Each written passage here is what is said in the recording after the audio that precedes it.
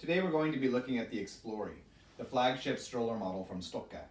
I specify stroller model because Stokke as a company encompasses a much larger share of the childcare products market than just strollers, with their premier item company-wide being probably their high chair, the Trip Trap, originally launched way back in 1972. The Xplory hasn't been around quite as long as that, but it's still got some years on it, with an original launch back in 2003. Ancient history, right? Anyway, as their flagship stroller model, Stokke has of course kept the model running strong throughout the years, and is currently on its 6th official iteration, launched last year. Before we get going, here are some stats for the current V6 model. With the seat, the Xplory clocks in at just over 12 kilos, it's 99 by 34 by 56 centimeters folded down. It's advertised as taking 15 kilos in the seat, but note that that number complies to EU regulations, and the actual weight capacity might be a tad more. Not that you'd need it though. My youngest just turned 5, he's around 20 kilos, and he's well past his stroller days. The basket takes a max of 9 kilos, but note that with the Xplory, we're not talking about a basket as we would on other sorts of models. It's more of a deep purse, a vagabond's knapsack that you can click onto the front of the chassis. Okay, let's talk use and comfort then, before we get into the mechanics. First off, I'd like to say that the Xplory is definitely one of those strollers that doesn't fit all life conditions. In functional terms, its chief selling point now, as it's always been, is the high position seat for better contact with your child, as they advertise on the website. Style-wise, its main draw is the rebellious use of a central shaft as opposed to side arms, allowing the stroller to sort of emerge outwards and upwards rather than being contained within a more conventional cage-type construction. Mechanically speaking, there are both advantages and disadvantages to this that we'll get to later. But style-wise, I've always felt that this design choice gives the stroller a certain unique, almost alien look. You know, like E.T. with that big old head on this long stalk of a neck. In relation to other aspects of comfort, the seat, not the bag, is the same as on the trails, so a decent large-sized bucket seat, though it's a bit on the harder side regarding textile removal. Folding-wise, the Xplory has long been a multi-step process. They've reduced it from 5 steps to 4 with the V6, but still, it's not a baby jogger or anything. Related to this, I would point out that overall, the model is both a bit on the heavy and the fiddly side of the spectrum, as far as mid-size strollers go. There are a lot of adjustment mechanisms to fine-tune height and position, and the big beefy central shaft is not quite as light as you might imagine it to be. Additionally, driving-wise, the Xplory is definitely one of those more limited models. Unlike its big brother, the Trails, suspension is severely limited on the Xplory. Smooth city streets and shopping malls will drive like a dream, but anything beyond this will send the stroller jittering like pop rocks. The funny thing about this is that the stroller is actually strong enough structurally to take some off-road wear, without sustaining significant damage. But comfort-wise, any real terrain is just simply out of the question. Okay, let's talk mechanics. Until the Bugaboo Fox came out, the Xplory took the cake for the stroller with the highest degree of unseen internal complexity, at least up here in the handle, where a trio of crucial control functions can be found. Here you have a handle height adjustment mechanism, behind a handle position mechanism, and down here, the central fold. The advantage of having all of these elements up high, like this, is that you kind of have a control panel, a central area where you can control all of the crucial functions on the stroller. The disadvantage is that there's a lot of plastic complexity, in particular inside. And it is important to lubricate these mechanisms properly in order to keep it functioning well. Also, when something tends to break, it tends to be up here, since that's where the majority of these smaller, more complex mechanisms are.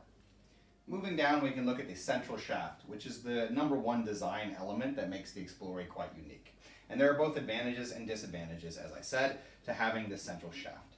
From an advantage point of view, you lack issues with symmetry that you might find on other strollers, where you have 2 arms and everything contained within those arms. On the conventional stroller that boxes in the seat and all of the elements of the stroller and connects to the handle from 2 sides, if you get weak points on one side or mechanisms that don't work properly, it can create symmetry issues then for the other side as it puts more stress on the other side. The disadvantage, and the flip side of this sort of same coin, is that you lose the dual support of having bars running up the side and thus supporting the area where the seat attaches, the back frame, and the front frame. On the Xplory, this is primarily an issue over time, because the Xplory is a sturdy model and it does last a while.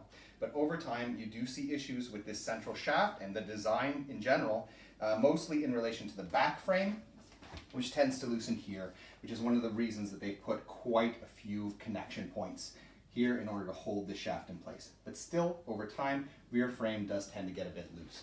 You sometimes can also have problems in the handle as a result of this. These are the 2 points which are getting the most pressure when you're turning the stroller or popping it up to lift it over things. When you have problems with the handle related to this, it's because as you twist the handle side to side, you start to misalign some of those internal mechanisms that we just talked about in relation to the handle. Okay, let's have a little closer look at the rear frame.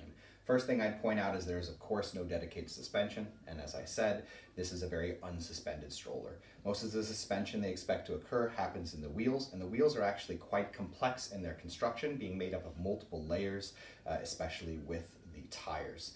This can actually be a problem because the top layer of the tire is a skin that covers an underlayer of foam, and that skin over time can begin to rip. Now we're talking about several years, but it's a little bit dependent on how you use the stroller. If you use it on smooth urban environments, you're not going to get the same kind of problems as if you roll it over stones that are going to cut apart that top layer. There are other problems that can occur in the back end. For a long time there were issues with brakes.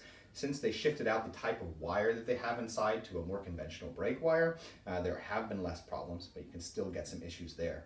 Secondly, the construction of the rear wheel housing, if you remove the rear wheel, is such that it's made up of multiple parts that if you don't tighten and clean it out properly, you can develop some issues then with the wheels getting wobbly or with brake issues, simply as a result of too many parts screwed together.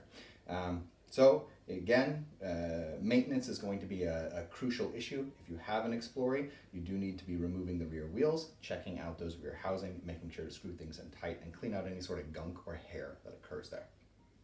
Okay, having a look at the front frame, there are a few things I like, a few things I don't like. The wheels are actually slightly larger than average for a mid-size frontal swivel wheel stroller. That is nice. I also like the way the wheels connect into the front frame, as its connection point is a little bit tighter than it is on other strollers where you remove the front wheels. When you don't have removable front wheels, then you can create a much tighter connection point. I'm not a huge fan of their swivel lock. I feel that it's a little bit loose and it does pop off sometimes. It's not a horrible design, but it's not the best either. Also, this, as I said multiple times now, it's not a terrain stroller. If you're taking this out in the snow, this front end where you have this large low element definitely does act as a bit of a snow plow and kind of hold you up. One of the only real issues I tend to see in a regular basis though with the front end, if you're using Xplory properly, is the ball bearings in the wheel here. And if you spray them properly and occasionally in order to help maintain the longevity of those ball bearings, you won't have as many problems. But that is the weak point, I would say, on the front end, the ball bearings in the wheels themselves as they sit within the fork. So, should you choose the Stokke Xplory? Well, do you want one? You see, I don't think the Xplory is really one of those strollers where you go to the store and just start comparing models and land on the Xplory. Not for most people anyway. Its design is a bit too unique for that, as its main positives are the high seat and its somewhat eccentric style, not ease of folding, carrying capacity, terrain capability, or any other more normal characteristics. If you want one, you should get one. That's my opinion, provided you don't need a terrain-capable stroller, that is. As an urban, daily use stroller, the Xplory functions just fine for what it is, and it is quite structurally sound, if used and maintained properly. Stokke is one of those companies that doesn't usually go around reinventing the wheel all the time. When they make something good, they hold on to it, and improve it in a continuous fashion moving forwards. So now, with 16 years behind it, the Xplory is at a pretty optimized and generally speaking well-constructed state, even if it is still a weirdo. In any case, we hope this video has been useful to you, and if it has been, we ask that you subscribe, as it helps us continue making videos in the future. Thank you.